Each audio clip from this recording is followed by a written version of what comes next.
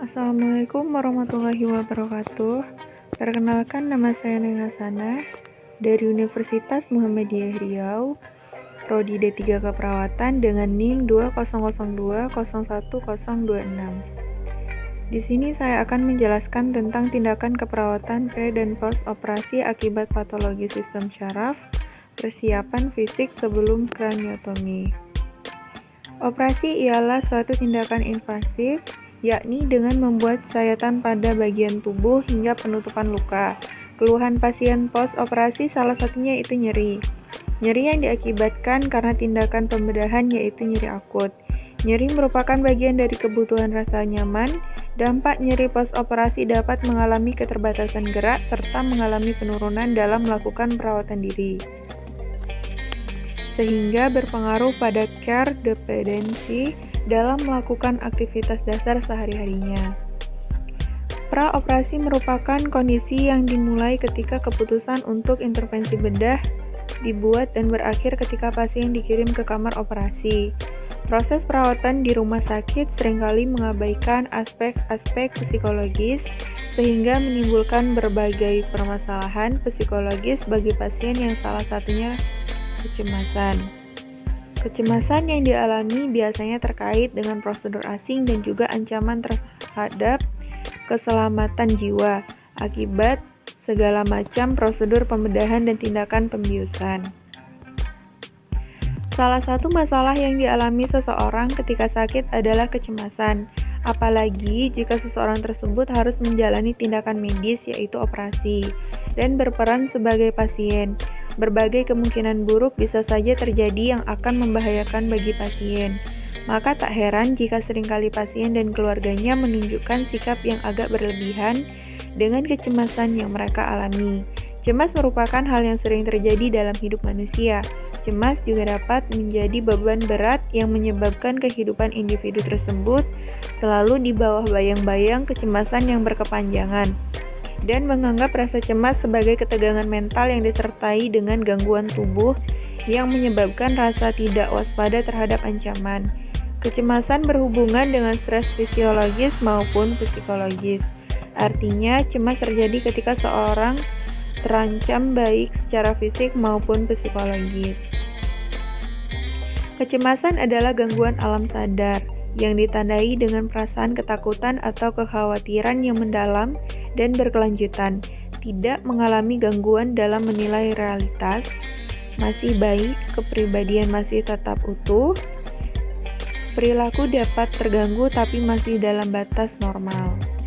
Kecemasan adalah manifestasi dari campur baur dan terjadi ketika mengalami tekanan perasaan atau frustasi dan pertentangan batin. Menurut Kaplan Zadok dan Greb, kecemasan adalah situasi yang mengancam dan merupakan hal yang normal terjadi, menyertai perkembangan, perubahan, pengalaman baru, atau yang belum pernah dilakukan, serta dalam menemukan identitas diri dan arti hidup. Faktor-faktor yang mempengaruhi kecemasan antara lain: faktor yang dapat menjadi pencetus seseorang merasa cemas dapat berasal dari diri sendiri maupun dari luar dirinya. Pencetus ansietas menurut Asmadi dapat dikelompokkan ke dalam dua kategori, yaitu yang pertama, ancaman terhadap integritas diri, meliputi ketidakmampuan fisiologis atau gangguan dalam melakukan aktivitas sehari-hari, guna pemenuhan terhadap kebutuhan dasarnya. Yang kedua, ancaman terhadap diri sendiri, yaitu adanya sesuatu yang dapat mengancam terhadap identitas diri, harga diri, kehilangan status atau peran diri, dan hubungan interpersonal. Kraniotomi berasal dari kata kranium yang artinya tulang kepala atau tengkorak, dan tomia yang artinya memotong. Kraniotomi adalah suatu prosedur pembedahan yang dilakukan dengan membuka sebagian tulang kepala. Untuk mendapatkan akses ke rongga kepala, kraniotomi dilakukan oleh seorang dokter spesialis bedah saraf.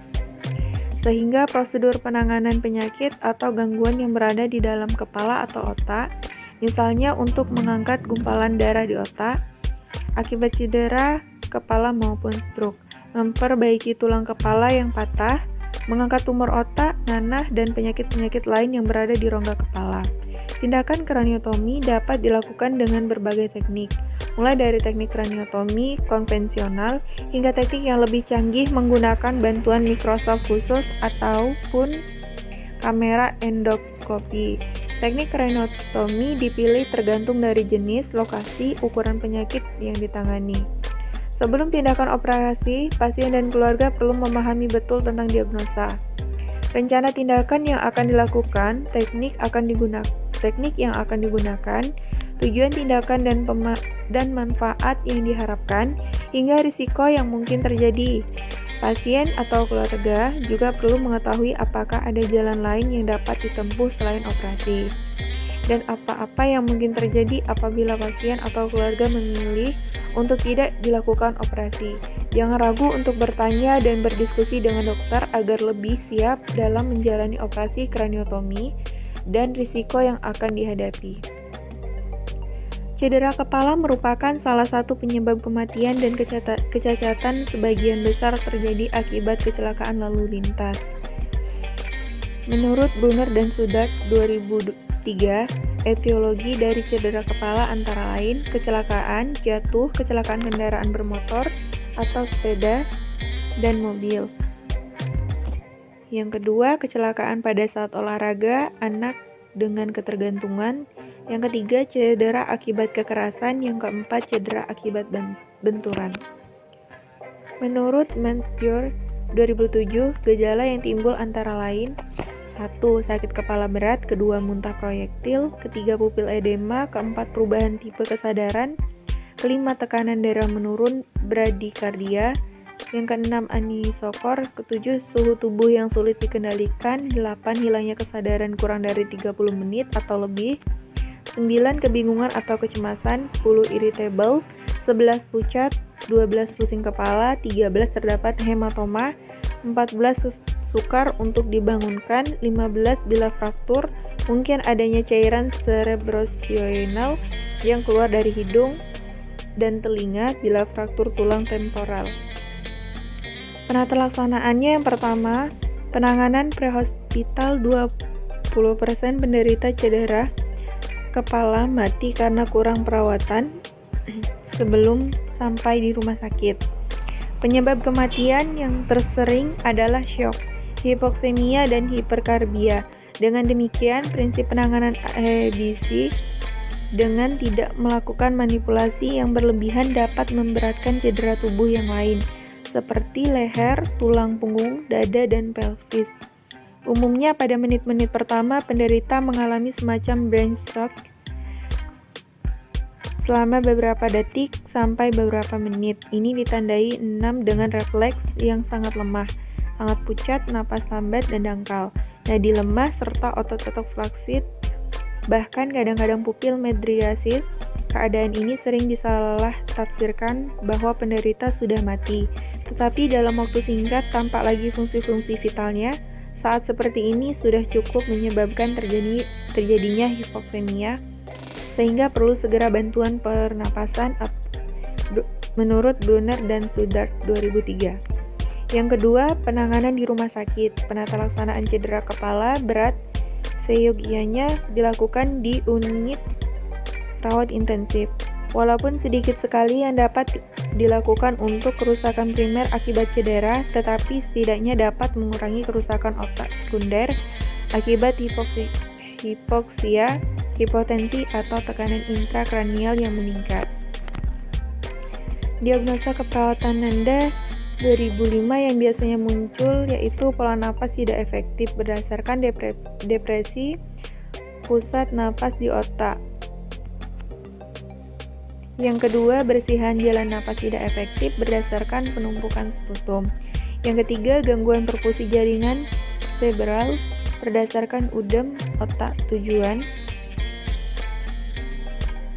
Yang keempat, nyeri akut berdasarkan agent injury tujuan. Yang kelima, defisit perawatan diri berdasarkan kelemahan fisik. Sekian presentasi dari saya, lebih dan kurangnya mohon maaf. Assalamualaikum warahmatullahi wabarakatuh.